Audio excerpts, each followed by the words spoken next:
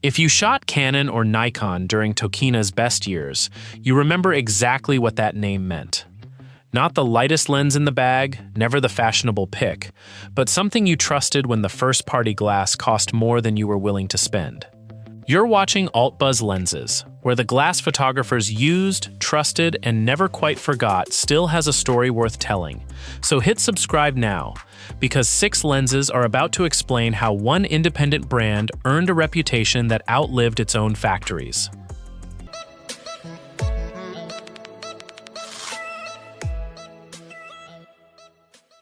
This isn't a countdown built on sharpness charts. Every lens here earns its place for a different reason. The market it opened, the identity it built, the ambition it revealed, or the reputation that simply refused to fade. Some of these names you'll recognize instantly. One of them became something rarer than famous. It became a nickname. Let's start where Tokina's story really begins. Not with AT-X, but with the zoom that made the rest of the world notice the brand at all. At number 6, we have the Tokina 80-200mm f4. In the 1970s, if you wanted reach beyond a standard lens, you were usually choosing between several heavy primes or trusting a name you'd never heard of. Tokina wasn't yet the brand serious photographers debated over. It was still introducing itself. And it did that with a telephoto zoom that solved a very simple problem, carrying one lens instead of 3, without giving up a constant f4 aperture along the way. This wasn't the sharpest zoom on the shelf, and nobody was pretending otherwise. What it offered was convenience, at a price that made sense, at a moment when convenience itself felt like a luxury. Photographers bought it in numbers large enough that a smaller independent manufacturer suddenly had a name people recognized in camera stores from one continent to another. That recognition mattered more than any resolution chart. It gave Tokina something no engineering department could manufacture on its own, a reputation to build on. Today, this lens is manual focus, optically dated, and not something anyone would reach for over a modern zoom. That was never the point of including it. It earns its place here because before Tokina could become the brand photographers trusted for professional alternatives, it first had to become a name they recognized. Global sales gave Tokina visibility. The next lens gave the company something far more permanent, an identity. At number 5, we have the Tokina AT-X 24-40mm f2.8. Somewhere in the transition from a consumer brand to a professional one, Tokina made a decision that changed everything that followed.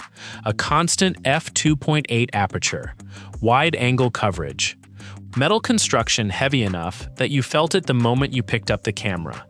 In the manual focus film era, building a fast, wide zoom well was genuinely difficult. And Tokina wasn't just attempting it, they were announcing it under a new name, AT-X. The zoom range was short by later standards, and the weight was real.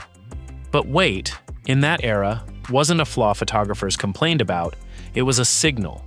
It told you the company behind the glass wasn't cutting corners to hit a price point. This was Tokina saying, out loud, that an independent lens could be substantial, ambitious, and professionally credible, not simply an acceptable compromise for photographers who couldn't afford the alternative. It's not a lens anyone would recommend over a modern mirrorless zoom today. The corners soften, the distortion shows its age, and stopping down is often necessary to get the most from it. But as the lens that introduced AT-X to the world, its job was never to remain competitive forever. Its job was to define what the letters AT-X would come to mean. The 24-40 proved Tokina could build a serious wide zoom. The next lens took that same ambition somewhere far more demanding. At number 4, we have the Tokina AT-X 100-300mm f4. By the time this lens arrived, Tokina wasn't trying to build something merely acceptable anymore. A telephoto zoom holding a constant f4 aperture all the way to 300mm was, at the time, closer to prime lens territory than zoom territory. And photographers who shot wildlife, distant landscapes, birds, travel, and outdoor events noticed immediately. Carrying several heavy primes suddenly felt unnecessary. This lens is not subtle about what it demanded from the photographer holding it. It's enormous. It has no image stabilization. Autofocus versions can be slow by comparison to modern standards, and finding parts or professional servicing today is genuinely difficult. Edge performance doesn't always match what happens in the center of the frame, and any used copy deserves careful inspection before it earns a place in your bag. None of that changes what this lens represented in its moment.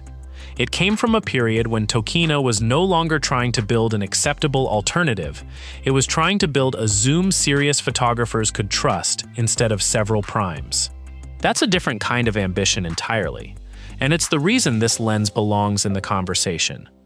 Tokina had proven it could build serious manual-focused telephotos. The real test was still ahead, whether that reputation could survive the shift into autofocus. At number 3, we have the Tokina AT-X 28-70mm f2.6 to 2.8 PRO. This is where Tokina's reputation stopped being a manual focus story and became something photographers actually built careers around. A fast standard zoom, autofocus, metal construction, and Tokina's distinctive clutch-style focusing mechanism. All of it aimed squarely at photographers shooting weddings, events, press work, and portraits who simply could not justify what Canon or Nikon charged for the same coverage. You'll find this lens linked online with ingenue constantly, as if the connection settles the story. It doesn't. The exact design history is more complicated than the popular version suggests, and this isn't the place to repeat a claim that hasn't been properly confirmed. What can be said with confidence is simpler and, honestly, more meaningful. This lens didn't invent the professional standard zoom. It made that category available to photographers who had been priced out of it entirely. It's heavy, several versions exist that require careful identification, autofocus can be noisy or inconsistent by modern standards, and flare resistance shows its age quickly. Adapting it to newer systems doesn't always behave the way a native lens would. But if you remember choosing a third-party professional zoom because the first-party option was simply out of reach, this was very likely the lens in your hands. And speaking of lenses you remember by feel alone, if you're the kind of photographer who remembers choosing professional glass because it was the only way in, not because it was the trendy pick, subscribe to Alt Buzz Lenses. This channel exists for exactly that story. The 28-70 gave professionals a practical way in, but Tokina's most recognizable digital-era success came from a lens with a much shorter, much more famous range. At number 2, we have the Tokina AT-X 11-16mm f2.8 Pro DX. Ask a Canon or Nikon crop sensor photographer to name a Tokina lens, and the answer very often starts with the number 11. This is the lens that solved a problem an entire generation of digital single-lens reflex camera, or DSLR, shooters ran into constantly, genuinely wide coverage, at a fast, constant aperture, on a sensor that made wide harder to achieve than it should have been. Landscape photographers reached for it. So did architecture and interior shooters, astrophotographers, wedding photographers working tight spaces, and an entire wave of early DSLR filmmakers and YouTube creators who needed a wide, fast, reliable piece of glass and couldn't afford the first-party equivalent. The zoom range was short, nobody minded. The aperture and the construction did the talking, and Canon and Nikon shooters recommended it to each other so consistently that eventually, you didn't even need to say the full name, just the numbers were enough. It's an APS-C design first and foremost. Flare can be genuinely difficult to manage. Chromatic aberration often needs correction, and autofocus compatibility varies significantly depending on the generation and the mount. Older Nikon versions in particular don't autofocus on every body. On modern mirrorless systems, native alternatives have mostly caught up. None of that erases what this lens became. The 11-16 turned into the Tokina lens an entire DSLR generation could identify by focal length alone. But number 1 earned something even rarer for an independent lens, a nickname that outlived the product itself. At number 1, we have the Tokina AT-X 90mm f2.5 macro. Most discontinued third-party lenses fade quietly into catalog footnotes. This one didn't.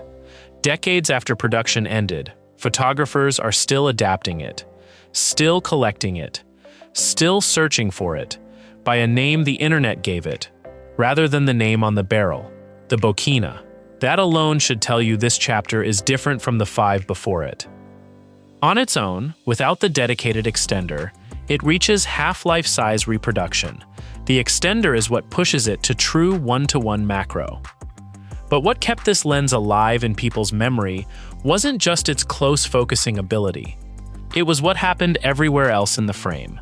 Precise manual focus, mechanically serious construction, and background rendering smooth enough that photographers started reaching for it as a portrait lens just as often as a macro one.